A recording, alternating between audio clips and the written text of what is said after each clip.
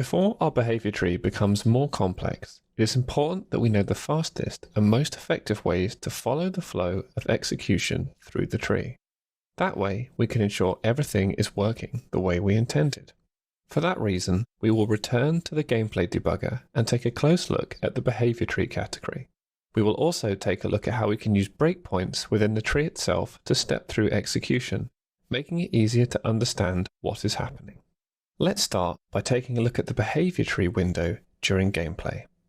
Before pressing play, let's reposition our player in the scene so they won't instantly be spotted by the AI.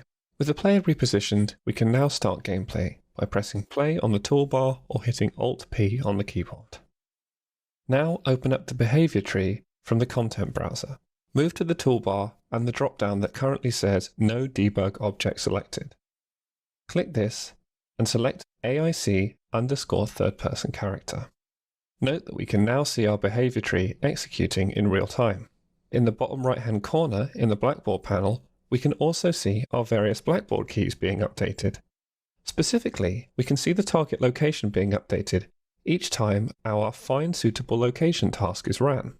Note that sometimes these Blackboard values can change quite fast, so it can be useful to take things step by step. Select the Wait node in our random wander sequence and press F9 on the keyboard to set a breakpoint. Note that next time this node is executed, the behavior tree pauses, and we can see this by the pause text in the top right-hand corner of the window. Now we can look in the Blackboard panel in the bottom right-hand corner and see the target location without it updating. We can also use the Back Into button on the toolbar to move backwards through the executed nodes of the behavior tree. If we take a few steps back, we can see when the selector was evaluated. Note that the decorator we created on the chase player sequence returned a fail value. This means that our random wander sequence was selected and the first node of this sequence was executed. We can see this execution flow by the animated lines drawn between the various nodes. Note that if we continue to step backwards through execution, we'll see the target location change each time that that node had been executed. As you can see, this is an incredibly powerful feature. It will allow us to work out how an AI ended up in a certain node within a behavior tree very easily. As our behavior tree becomes more and more complex, we'll rely on this feature more and more to debug any issues we encounter. Some of the functionality we've just looked at overlaps neatly with the gameplay debugger. While we are in the editor, the method we have just used is often the most straightforward.